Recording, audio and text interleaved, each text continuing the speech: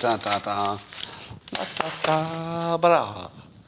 Good morning, everybody, and congratulations, because you made it to the best moment of your life so far.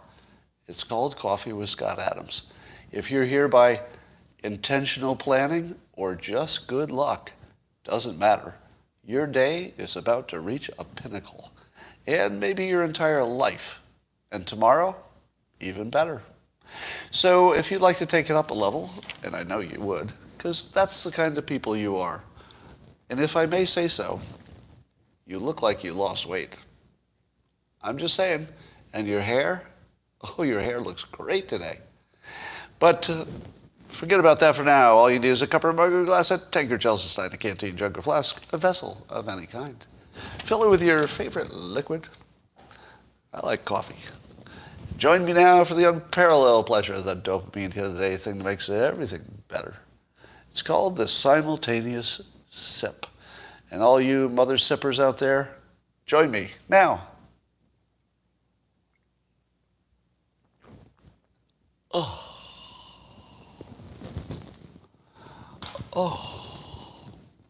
I'd like to introduce you to my new friend. It looks like a weapon, but it's not. It does something like this.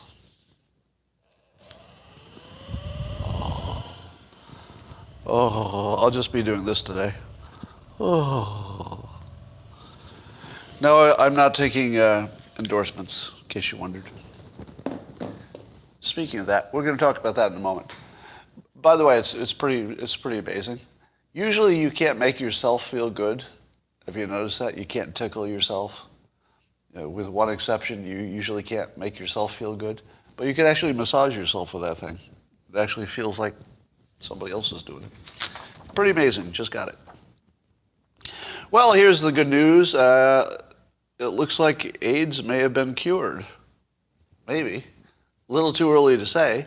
But a woman who had a form of leukemia received a transplant of stem cells from an adult relative and umbilical cord blood from a newborn. And I guess it's that umbilical cord blood that's the magic part. And not only did it keep the HIV in remission, but they think it eliminated it. Because up till now, we've had things that looked cure-ish, but only a few rare cases, I think people couldn't find the actual virus. But now it looks like they have a method which maybe is reproducible. How about that for your golden age, huh? Golden age. Yeah. What did you do during the pandemic? I cured AIDS. That's what somebody did. Yesterday, I made a big show of taking out my scissors and cutting up my face mask because California ended the last day of face masks was yesterday. So the mandate ended yesterday. Do you know what I thought that meant? I thought that meant I didn't need a mask. What do you think it means when they say the mandate ends yesterday? Here's what they meant. Oh, it's not over yesterday. You still have to wear your mask all day yesterday. That's just the last day. Are you kidding me? I went to the gym and everybody had a mask on. I mean, not everybody, but a lot of people did. I didn't wear mine. Nobody's going to say anything the last week before the mandates come off, or the last day. So there was no difference in California that I could detect. So California dropped the mask mandate, and there was no difference. Now, apparently the counties have to weigh in. So I think there was a delay for the counties to say what they were going to do. And most of the counties are saying that the adults can take their masks off, I think starting today. But there are two groups that can't demask yet. Criminals in prison and children in school. I'm not making that up. That's actually the California policy. If you're a prisoner or a student, you get treated the same. Not making it up. There's no hyperbole there. That's actually the policy. Now, there are a few other things like healthcare facilities and, old people homes and stuff, mass transportation. But is that a little bit too on the nose? You know what I mean? So why do we have that situation? Well, thanks to Rasmussen, we have a little insight. They did a poll and found out that 82% of liberals want masks to continue in public places. What? 82% of liberals want to continue masking in public places. But what about the conservatives who, as you know, are looking at exactly the same science? 11%. 11% of conservatives are in favor of masking in public now, and 82% of liberals. So let's go follow the science, shall we? Who believes that people can follow science? Is there anybody still who believes that myth that human beings can follow the science? You can see it as clear as day. It could not be more clear that people can't follow the science because they don't know what it is. If they knew what it was, they might follow it. There's not one person on here who would disagree with the idea that you should follow the science, assuming the science is correct. There's not one person. And yet they go in opposite directions because of politics. So if you ever thought that humans are capable of following the science, can you rule that out now? You can, right? How many years have I been telling you that following the science is a little bit nonsense because we don't know what the science says? Even science isn't quite sure what it says. So how in the world are we supposed to follow science when we're just guessing what science says? Now, until I said that, well, until you saw this stark data that the two political parties were marching fast in opposite directions on the same science, until you see it that clearly, you don't really believe that humans in general don't have any capability of following the science. None. We have zero capability as human beings, and this includes myself. We have no capability of following the science. None. We don't know if it's real. We can't tell. We just guess. So everything that you see that looks like people doing their very best to follow the science, in a traditional model of the world, it's just people trying real hard, and the smart people get it right, and the dumb people don't, right? Was that your worldview even, say, a year ago?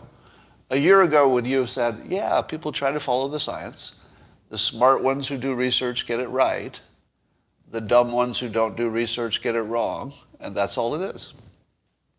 But then you look at the difference in the political parties, and you know it's not that. It was never that. It was never the smart people getting it right and the dumb people getting it wrong. It was always guessing. It was always guessing. We just thought we were right when we got it right, and then when we get one wrong, we would just forget about it. Or we'd say, well, that, of course, science isn't perfect. I followed the science, but, it's not going to be 100%. So we just rationalize it away when we're wrong, and we pat ourselves on the back when we're right, but it's just guessing. It always has been. Same with stock picking. But we won't go down that path again. So I asked this question on Twitter. Which of these three countries will be destroyed first? Will Ukraine be destroyed by Putin? Will Denmark be destroyed by COVID because they dropped their mandates? Or will the USA be destroyed because of progressives? And my totally fair and valid scientific poll with no bias whatsoever said 93% of you said that USA will be destroyed by progressives. Now, this would be exactly the kind of poll you shouldn't pay attention to, but I thought it was fun. So far, Denmark seems to be surviving freedom. I know it's a big surprise. It turns out that freedom is not fatal to a lot of countries. Oh, it might cause some extra infections, might cause some extra deaths. But freedom itself is not terminal to countries. It's actually kind of healthy. So maybe we should do a little more of that freedom stuff. I'm going to remain let's see, what is it, rogue, I guess, when it comes to Putin and Ukraine. I am still going to say he's not going to do a full attack. He might use the pressure to try to annex something or get some concessions or something. But I'm still going to say no attack. And I base it on the fact that he can't know he'll have a good outcome. And it's too risky. Right? So if he can get anything out of the deal, anything, I think he'll take that and go home. And I think maybe the Biden administration may have played it correctly. Mike Cernovich had a provocative quote yesterday, as he often does. Actually, that's redundant, isn't it? To say Mike Cernovich had a provocative tweet. That's like saying two things the same. Let's just say Mike Cernovich tweeted. And he asked, what world leader was the first to offer help after 9/11? Who called the President of the United States first to offer help taking care of the terrorists? And when I say taking care of them, you know what I mean. I think it was Putin. So that, I believe that there was a period of time in which we could have, turned that into an ally situation. But I don't know when things went bad exactly. Certainly by the time Clinton was Secretary of Defense.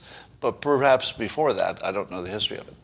So whatever is happening between Russia and the United States seems to be fairly history-based, don't you think? Is that fair to say? That there's some kind of history between Russia and the United States recently. Putin versus various leaders. There's something going on there that is really the base reality that everything else springs from, I think.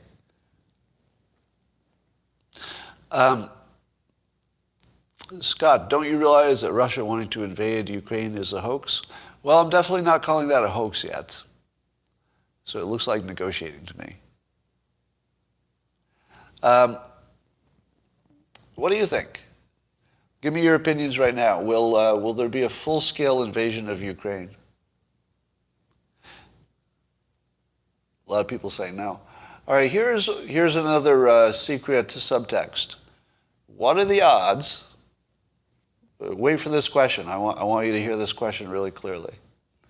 What are the odds that the Biden administration has to protect the Ukraine administration because of the dirt that they have on Biden? And they don't want that dirt to leave Ukraine and be in the hands of the Russians. There's a really high likelihood of that, isn't there? If anything that we've been hearing about Hunter Biden and Ukraine, if any of that's real, and I don't know, who knows what's real. I don't know what's legal and what's sketchy and what's not over there. But if any of that's real, maybe the main reason that we can't, let's say, treat the Ukraine situation objectively is we may have a personal problem with our president and Ukraine. And I can't imagine that Ukraine doesn't have the goods on Hunter, can you? Don't you think that Ukraine would keep the secret if they have any? This is speculation. But if they had any secrets about Hunter, don't you think they'd keep those secrets and use that as leverage against Biden? Of course. Why is it that the president of Ukraine keeps acting like there's no attack imminent? What does he know? That's the strangest part, isn't it? Because there's no leader who acts like that under the circumstances that we can see. So given the data that the public has, what we can observe, it makes no sense that the president of Ukraine is saying, I don't see any attack. What attack? It makes no sense. The only thing that makes sense is that there's something big we don't know about. Right? Something big. I don't know what that is. That something big might be, wait for it, that he has so much blackmail on Biden that he knows that the United States will stop a Russian attack one way or another. either through canceling financial deals or threats or cyber something or something. I feel like Zelensky's a little too confident, and one of those reasons might be that he has Biden in his pocket. How do you rule that out? I'm not saying that I have evidence of that. I don't. But how would you rule that out, given that it seems at least it's a strong possibility. Could you deny that? That's a strong possibility. Kind of a dangerous place to be for the world. But I don't see Russia and the United States getting into a shooting battle with each other. I do think that Putin's not going to get Ukraine. There might be some kind of independent region thing going on, maybe something like that. But maybe in the long run, he's just going to keep squeezing until he gets what he wants. We'll see. Does it seem to you that the kids these days have no game? I'm so cautious about just turning into the old man who yells at the clouds. It feels like the kids are not fighting against the mandates as much as we'd expect. Now, there are some schools that are having some, protests and stuff, but they seem to be sporadic. And I was trying to think how I would have handled this in high school. Here's how I think I would have handled it. I think I would have organized protests, not against the masks, but a protest to require the teachers and the administrators to wear full hazmat outfits to protect the precious cargo. And I would just play it straight. I get the whole school to protest that the teachers and the administrators are not safe enough from the kids. And that the kids are a dangerous source of COVID death. And the kids are very concerned about the health of their teachers and their administrators, and they don't feel that masks are enough protection. So I would lead a full protest to demand that our teachers and administrators wear full hazmat outfits all day during the day. No taking them off for the bathrooms, no taking them off to eat. You better put the food inside the mask before you go to work and drive there. And I would never let go of it. And I would never act like I was joking. I would play it straight. And I would say, we got to follow the science, people. You're not following the science. I would go full Greta Thunberg on this shit. And I would push the absurdity as hard as you can push it. Because the absurdity is the soft underbelly, right? As soon as you act like this is really about science, you've already lost the debate. Because you're not in charge of saying what the science is. Somebody else is in charge of that. So they say the science is, and then you've got to do what they say. So you've got to break that model.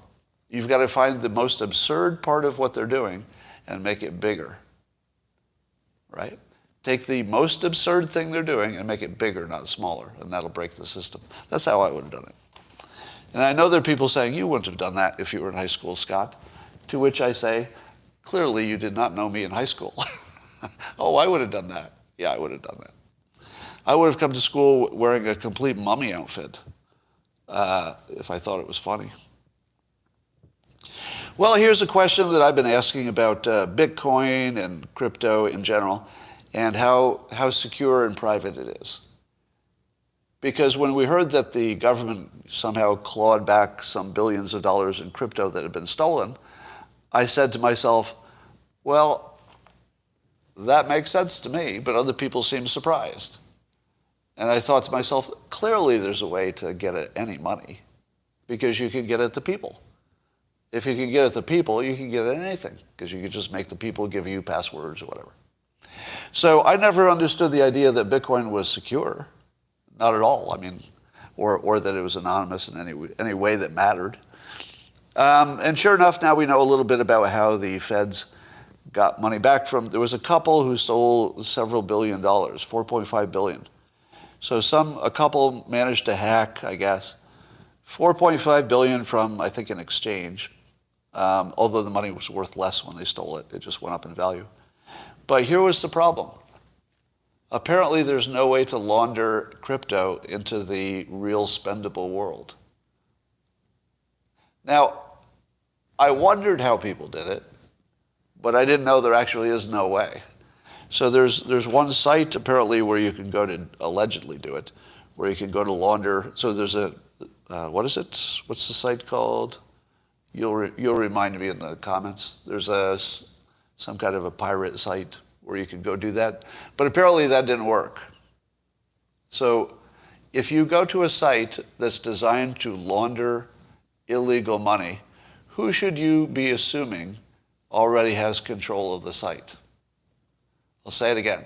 If you knew there was a website whose existence was to launder illegal gains, who would you imagine is running the website after the first month? The feds, of course, or the CIA, or some kind of federal group, because the feds are not going to allow an illegal money laundering thing to be there. But if it exists, they're definitely going to, control it so they can get all the money launderers and roll them up easily. So it turns out that there was no way. So this couple were so smart that they could do this complicated hack.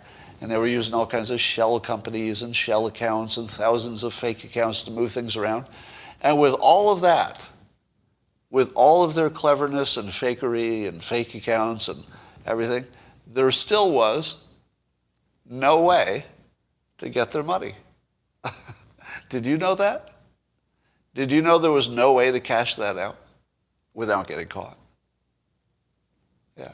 Now, I assumed that was the case, without knowing anything about this world, really. But I just assumed there's no way you can steal that and not get caught. And sure enough, they got caught. So here's a question I asked. When do we reach the crossover point at which, if you've got 3D printing and you've got robots manufacturing things and you do a bunch of logistics improvements, because we're always improving logistics, how you get the materials to the place you want it. How long before it's just cheaper to make everything locally in the United States? Now, some people who are in this business said it's pretty close. So people who have 3D printer startups and whatnot say, yeah, we're actually pretty close. But other people who know a lot about this world say, if you did a plastic injection molding, you could make a part in a few seconds. But if you're trying to print that same part, it would take, all day long or something. So that you never get to the point where printers can do the job of injection molding. To which I say, what? That example doesn't make any sense. Let's say I can use injection molding and it's 50 times faster. Don't I just need 50 3D printers? I do, right? I just need 50 3D printers. Somebody says no. But why wouldn't I be able to print the same amount with just more printers? Now, how about this? Do you think we'll ever have a world in which you can have a 3D printer in your garage and it prints on demand for some nearby company? You just load it up with whatever, is the equivalent of ink, I guess. And you get it, you just make it available on the internet. And you say, I have a 3D printer of this type, so I can do certain types of printing, but not others. You say, I have this printer of this type. It's available on these hours, so you can schedule the printer. And then you've got virtual companies in your local area that just use your printer at your house. And they just print on demand if it's available. And then it's up to you, or maybe there's an Uber-like service that picks it up. Or maybe you put it in the back of your pickup truck and drive it to a central location. I don't know. It seems to me that between logistics, robots, and 3D printing, and keep in mind that the robot could be doing the injection molding, right? So that still falls under my category of things that don't require expensive processes. So I think we're really close to the point where 100% of manufacturing could come back to the United States, and we could get rid of shipping costs and probably have much more flexibility as well. Now, there's also there are 3D printers. How many of you knew this? You could buy a 3D printer that prints another 3D printer. Did you know that? Now, I think not every part of the 3D printer, so you probably have to buy, I don't know, like the cartridge head or something. But if you can make a 3D printer that makes other 3D printers, then all you need is to buy the raw materials. So the cost of the printer becomes equal to the cost of the material. Now is it cost effective? But you can see how easily this can go from not cost effective at all to the point where you can make a printer make a new printer. I think it becomes cost effective really fast, doesn't it? Years ago, maybe 25 years ago, I was at a dinner with some high-powered executives, and one of them was a futurist. And the futurist said that when robots can make their own robots, that's when everything changes. And we already have 3D printers that can make 3D printers. It's a little bit like a robot making a robot, isn't it? It's a little bit. And so I just wonder where all this could go. But I think the only point I'm going to make here is that you imagine that the crossover point is happening slowly, right? It's like, oh, incremental improvements in 3D printing, but we're nowhere near taking over for injection molding. We're not even close. But the cost of doing business in China is also going up for political and other reasons. So the cost of China is going up. Let's see, the crossover point. China is going up, and the cost of 3D printing is going down. Here's my only point. For the first 80% of that journey, it's going to look like it can't happen. So for the first 80% of getting close to that crossover, it's going to look like it'll never happen because it's just going to be these little incremental changes. And then something like printers making printers happens. And then that last part goes boop. So the first 80% will be all of the hard slog, and then the last 20% is just going to happen instantly. And when it happens, you should see a complete collapse of China. Because when the stuff starts, the manufacturing gets pulled out of China, it's going to happen in about 10 years. There'll be a 10-year period where it all collapses and goes to whatever the new model is, robots or printers or something. So China has that to look forward to. President Trump announced that his new social media platform, Truth, is in beta form, which means you won't be able to see it yet. But they're looking at March, I guess, to have that out. What do you think? I tell that it's going to be a subscription service, which is interesting. Because if it's a subscription service, like the Locals platform, then you don't have to worry about advertisers. And then you don't have to worry about censorship. It might be a good model for that alone. And can you really not sign up for the one social media platform that Trump is on? Now, obviously, the Democrats won't, except for journalists, I guess. But I feel like you almost have to. As soon as I saw it, I thought, oh, crap, I have to sign up for this now, just to know what's going on and feel like I'm well-informed and stuff. So we'll see how that goes. The one thing that they're doing right is they may do more than that right, but the subscription model might be the thing that sets them apart. That could be the thing that makes it work. We'll see. But you would need a Trump to have enough pull to make a subscription model work. Maybe we got enough pull there. All right, let's talk about Durham. So the Wall Street Journal editorial board is weighing in on this story about the Durham filing, in which it is alleged that the Clinton campaign worked with lawyers who worked with a tech guy who had access to some internet data, both at the Trump Tower and at the White House. And now the lawyers for the accused, Mr. Sussman, I guess it is, are saying that the data that was collected was from the Obama era only. What do you think of that? Does that sound even remotely true? So literally the story, the cover-up story that pundits are actually saying out loud, and I'm going to add some hyperbole to this, but this is basically what they're saying. They're saying that Durham, with all of his capability and all of his resources, that there was nobody on the Durham team who could use a calendar. That's actually the news today. In effect, I mean, I'm adding a little to it, but in effect, the news is reporting that one of the most highest powered lawyers with a whole team of people can't read a calendar. And they couldn't tell that the data they were collecting was from before Trump's term. And so the defense is, oh, this is all before Trump. So obviously we weren't spying on Trump because the data is not even from his era. Now, do you believe that? That is the most ridiculously, obviously untrue statement I've ever heard in my life. We are actually being convinced, and Democrats probably are convinced, that Durham can't read a calendar, and he couldn't tell the difference between data that happened before and data that happened during the Trump administration. Seriously. We're actually being told that today with straight faces. People actually look at it and say, no, that data was collected during the Obama administration. Straight faces. They're actually saying that right out loud in public. Oh my God. Oh my God.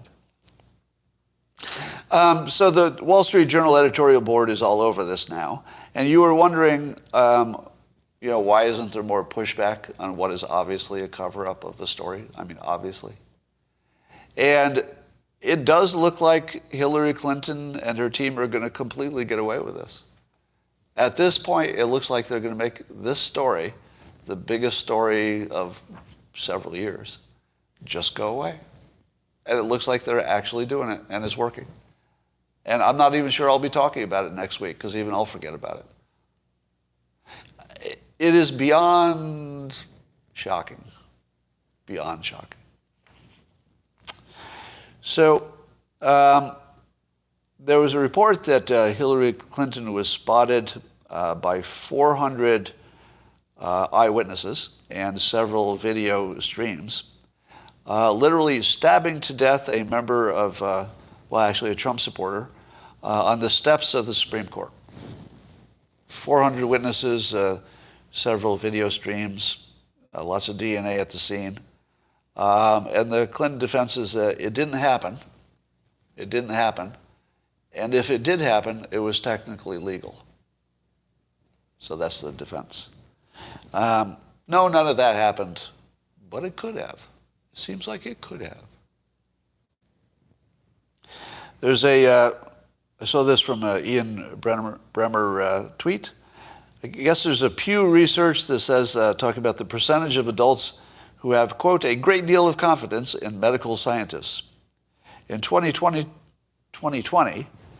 43% of the public, according to Pew, had a great deal of confidence in medical scientists. 43%. That's lower than I would have thought. I would have thought it would be over half, but okay, 43%. In December of 2021, that dropped to 29%. So the entire medical scientific community has disgraced itself to the point where they've lost credibility with the public. It's pretty hard to lose credibility when you're the medical scientists of the country. Now, we get that they can get stuff wrong. All right? We all understand that the scientists of any kind are going to get some stuff wrong. So it's not that. There's something else going on. This isn't really about getting stuff wrong, is it? That's not why the trust went down. It's because we think they lied. It's not because we think they made a mistake. It's because we think they lied to our face in ways that are completely obvious to us. So, I mean, it makes sense to me. Well, let's continue watching the chess pieces being removed from the board. So I guess George Clooney is going to make a docu-series about some Ohio State wrestling sex abuse scandal that apparently features Representative Jim Jordan, Republican, and not in a flattering light. So he's not accused of any crimes. He's accused of knowing about them. Right? Now, I don't know anything about the story, so I don't know who's guilty or not guilty of anything. So I don't have any opinion on that. But I think this is more of the larger trend where the stronger players are being identified and taken off the field. Likewise, the MyPillow founder, Mike Lindell, is saying that his bank just discontinued business with him. The bank decided that they wouldn't take his business anymore. So I don't know what kind of financial distress the MyPillow organization is in, but he's being taken off the field. Now, I'm not saying he shouldn't be, right? So don't get me wrong. I'm not arguing that anybody said good things and was always right. I'm not saying that, that some people shouldn't be taken off the field. Yeah, left or right, sometimes people need to get taken off the field, right? For good reasons. But doesn't it seem to you that there's a roll-up going on both sides? You're going to see the strongest players on both sides from, the original Trump era. You're going to see all of them targeted and taken out. And, Matt Gaetz would be another example. The Cuomos were taken out. Much of CNN's been taken out. Clinton seems bulletproof. Yeah, Joe Rogan taken out, et cetera, or at least reduced. Alec Baldwin, although that was his own doing. Rachel Maddow is off the field, right? I'm seeing more names going by. So, is it planned? Yeah, I don't know. It does look planned. It does look, well, maybe not centrally planned, but don't you think that everybody knows they need to reduce the voices of the strong voices on the other side? Everybody knows that. All right, yeah, Elon's still there, and Tucker is holding on. I would think that the crown jewel would be getting Tucker. I have to think that Tucker Carlson has led a very clean life. You think about this. Think about the fact that Tucker Carlson he's got to be number one target of half of the country. And nothing,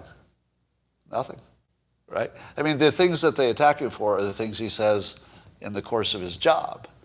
But apparently that's okay with the people who watch him, so he's safe. But apparently he's never done anything that was especially wrong or that anybody knows about. So he's in a good position right now. He's in a very good position. Yeah, so Elon's being attacked. Berenson is gone. That's true. Naomi Wolf is gone. Did Alex Berenson get anything right? Let me ask you. Did Alex Berenson get anything right? Is there an example? The attitude. He had the attitude right. Let me see. Did he get anything wrong? Yeah, I think he got almost everything wrong, didn't he? At least according to current understanding. All right. Well, I don't know. So I guess we'll never know who got what right and what got wrong because we won't agree what was right and what was wrong. You're saying you got it right about cannabis? I doubt it.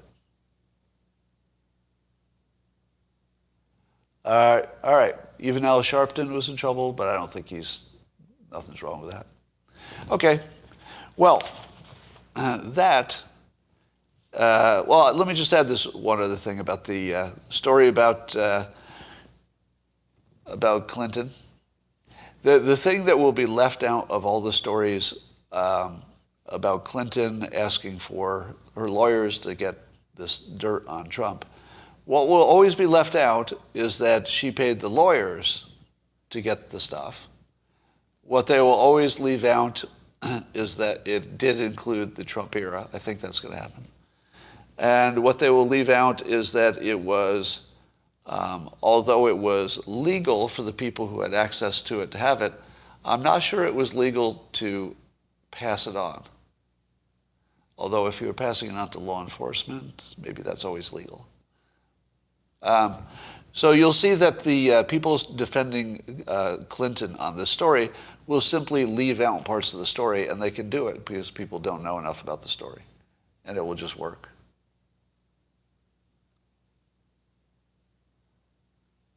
All right. Is Justin Trudeau still in office? I've never seen anybody look more like they know they're gone than when he gave that press conference about the emergency powers. It really sounded like he knew he was gone, didn't it? To me, it looked like a person who knew that was the end of his political life. It looked like it. I mean, who knows what he was really thinking? Now, here's another observation. Democrats rank children lowest in importance, and Republicans rank them highest in importance. True or false? Because if you look down the various issues, all right, abortion, of course the Democrats would say it's not even a human. It's not even a person. So that one's clear. That's, Republicans in favor of children or children-like entities, if you want to be all word thinking about it. Then you've got, they don't want critical race theory taught in schools, Republicans. What is good for kids? That they learn that they're defective or special based on race? Or that they don't learn that? I mean, it's obvious what's better for kids. Masking of kids, it's obvious that the Republicans are on the right side of that at this point, in my opinion. It's obvious. What about, it is the children last party. Now, the exception would be, if you wanted to be devil's advocate, the exception would be climate change. Because Greta has done a good job Greta Thunberg, of framing that as, the children against the old people who are destroying the planet. But you have to accept Greta's estimates of catastrophe in order to even buy into what's good or bad for kids. I would think that Trump is actually closer to right about what's good for kids. Because if you can lower the cost of energy, you're probably going to make everybody a little richer. That's good for kids, right? And probably you'll have more money to remediate, and that's good for everybody, including kids. So I think you can make an argument that climate change, it just depends on your assumptions about what is true. That's really not about what is good or bad for kids. That's more about an assumption. All right, and Democrats are not in favor of school choice, generally speaking. School choice is obviously good for kids. So I think you could really make a case that Democrats are the anti-children party. The brainwashing of kids. Well, brainwashing happens necessarily. You can't not brainwash kids. It's not an option, really.